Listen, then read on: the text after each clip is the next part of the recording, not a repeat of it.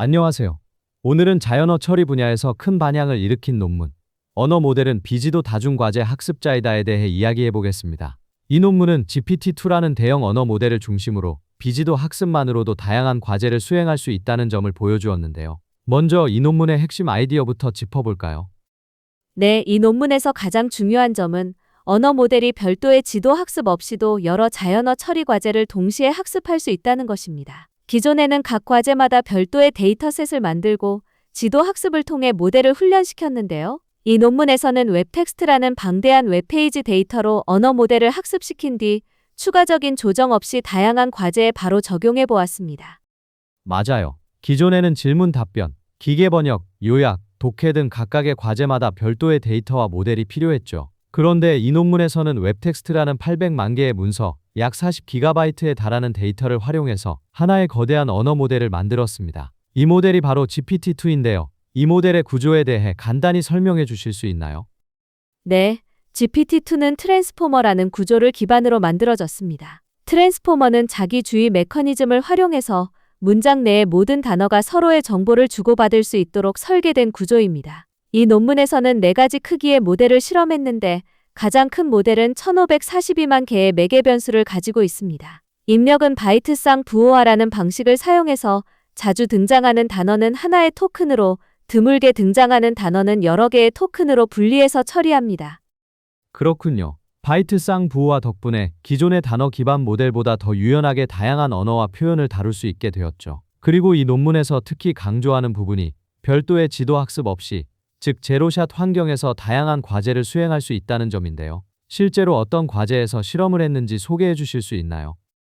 네, 논문에서는 언어 모델링, 독해, 기계 번역, 요약, 질문 답변, 상식 추론 등 다양한 과제에서 실험을 진행했습니다. 예를 들어 람바다라는 데이터셋에서는 문맥을 보고 마지막 단어를 맞히는 과제를 수행했고, 어린이 책 테스트에서는 빈칸 채우기 문제를 풀었습니다. 또 위노그라드 스키마 챌린지에서는 상식 추론 능력을 평가했고, 코카 데이터셋에서는 대화형 질문 답변을 실험했습니다. 실험 결과가 정말 인상적이었죠. 지도 학습 없이 단지 웹텍스트로만 학습한 모델이 기존의 지도 학습 기반 모델과 비슷하거나 더 나은 성능을 보인 경우도 많았습니다. 예를 들어 람바다 데이터셋에서는 기존 최고 성능이 99.8의 퍼플렉서티였는데 GPT-2는 8.63까지 낮췄습니다. 또 어린이 책 테스트에서는 명사와 고유명사 문제에서 각각 93.3%, 89.05%의 정확도를 기록했습니다. 네, 특히 모델의 크기가 커질수록 성능이 꾸준히 향상된다는 점도 흥미로웠습니다. 작은 모델에서는 기존 모델과 비슷한 수준이었지만 모델의 매개 변수 수가 늘어날수록 다양한 과제에서 성능이 눈에 띄게 좋아졌습니다. 이는 대용량 데이터와 대규모 모델이 자연어 처리에서 얼마나 중요한지 보여주는 결과라고 할 수 있습니다. 맞아요. 그리고 이 논문에서는 데이터 중복 문제, 즉 훈련 데이터와 평가 데이터가 겹치는 현상에 대해서도 꼼꼼하게 분석했습니다. 실제로 일부 데이터셋에서는 8g 단위로 중복이 있었지만 전체 성능에 미치는 영향은 크지 않았다고 결론 내렸습니다. 이런 점도 신뢰도를 높여주는 부분이었죠. 네, 그리고 또 하나 주목할 점은 이 모델이 다양한 과제의 입력과 출력을 모두 자연어로 표현한다는 점입니다. 예를 들어 번역 과제에서는 프랑스어로 번역, 영어 문장, 프랑스어 문장과 같은 형식으로 입력을 주고 요약 과제에서는 TLDR이라는 힌트를 추가해서 요약을 유도했습니다. 이렇게 자연어로 과제를 설명하면 모델이 그에 맞는 출력을 생성할 수 있다는 점이 인상적이었습니다. 그렇군요. 실제로 요약 과제에서는 TLDR이라는 힌트가 있을 때와 없을 때 성능 차이가 컸죠. 힌트가 없으면 점수가 6.4 정도 떨어졌습니다. 이처럼 자연어로 과제를 설명하는 것만으로도 모델이 다양한 작업을 수행할 수 있다는 점이 이 논문의 큰 발견 중 하나였습니다. 맞습니다. 그리고 번역 과제에서도 흥미로운 결과가 나왔습니다. 웹텍스트 데이터에서 프랑스어 문서를 거의 제거했음에도 불구하고 영어에서 프랑스어로, 프랑스어에서 영어로 번역하는 능력이 어느 정도 나타났습니다. 물론 전문 번역 모델보다는 성능이 낮았지만 지도 학습 없이 이 정도 결과가 나온 것은 놀라운 일입니다. 네, 그리고 질문 답변 과제에서도 GPT-2는 4.1%의 정확도를 기록했습니다. 이는 아주 단순한 베이스라인보다 5배 이상 높은 수치입니다. 특히 모델이 자신 있는 답변을 할 때는 63.1%의 정확도를 보였는데 이는 모델의 확률 예측이 꽤 신뢰할 만하다는 것을 보여줍니다. 그렇죠. 하지만 논문에서도 언급했듯이 아직까지는 지도 학습 기반의 최첨단 모델에 비해서는 성능이 낮은 과제도 많았습니다. 예를 들어 요약이나 번역, 개방형 질문 답변 등에서는 아직 갈 길이 멀다는 점도 솔직하게 밝혔습니다. 맞아요.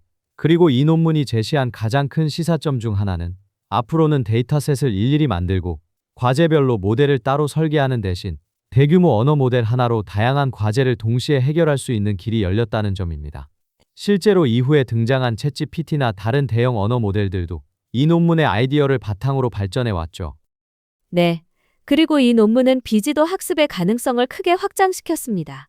기존에는 지도 학습이 필수라고 여겨졌던 과제들도 충분히 큰 데이터와 모델이 있다면 자연스러운 예시만으로도 어느 정도 해결할 수 있다는 점을 보여주었습니다. 앞으로는 더 다양한 언어, 더 많은 과제에 이런 방식이 적용될 수 있을 것 같습니다. 맞아요. 그리고 논문에서는 앞으로의 과제로 모델의 크기와 데이터의 다양성을 더 늘리고 필요하다면 후속 학습을 통해 성능을 더 끌어올릴 수 있다고 제안했습니다. 실제로 이후 연구에서는 이런 방향으로 많은 발전이 이루어졌죠. 네, 그리고 이 논문이 발표된 이후 자연어 처리 분야에서는 대형 언어 모델을 중심으로 한 연구가 폭발적으로 늘어났습니다. 이제는 챗GPT처럼 대화형 인공지능, 다양한 언어의 번역, 요약, 창작 등 거의 모든 자연어 과제에서 대형 언어 모델이 표준이 되고 있습니다.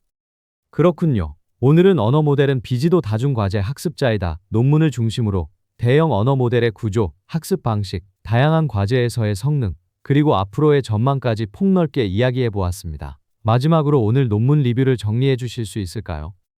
네, 이 논문은 대규모 웹데이터와 트랜스포머 기반의 대형 언어 모델을 활용해서 별도의 지도 학습 없이도 다양한 자연어 과제를 동시에 해결할 수 있다는 점을 실험적으로 보여주었습니다. 모델의 크기와 데이터의 다양성이 성능 향상에 결정적인 역할을 했고, 자연어로 과제를 설명하는 방식이 효과적임을 확인했습니다. 앞으로 자연어 처리 분야에서 대형 언어 모델의 역할이 더욱 커질 것임을 예고한 매우 중요한 논문이라고 할 수 있습니다.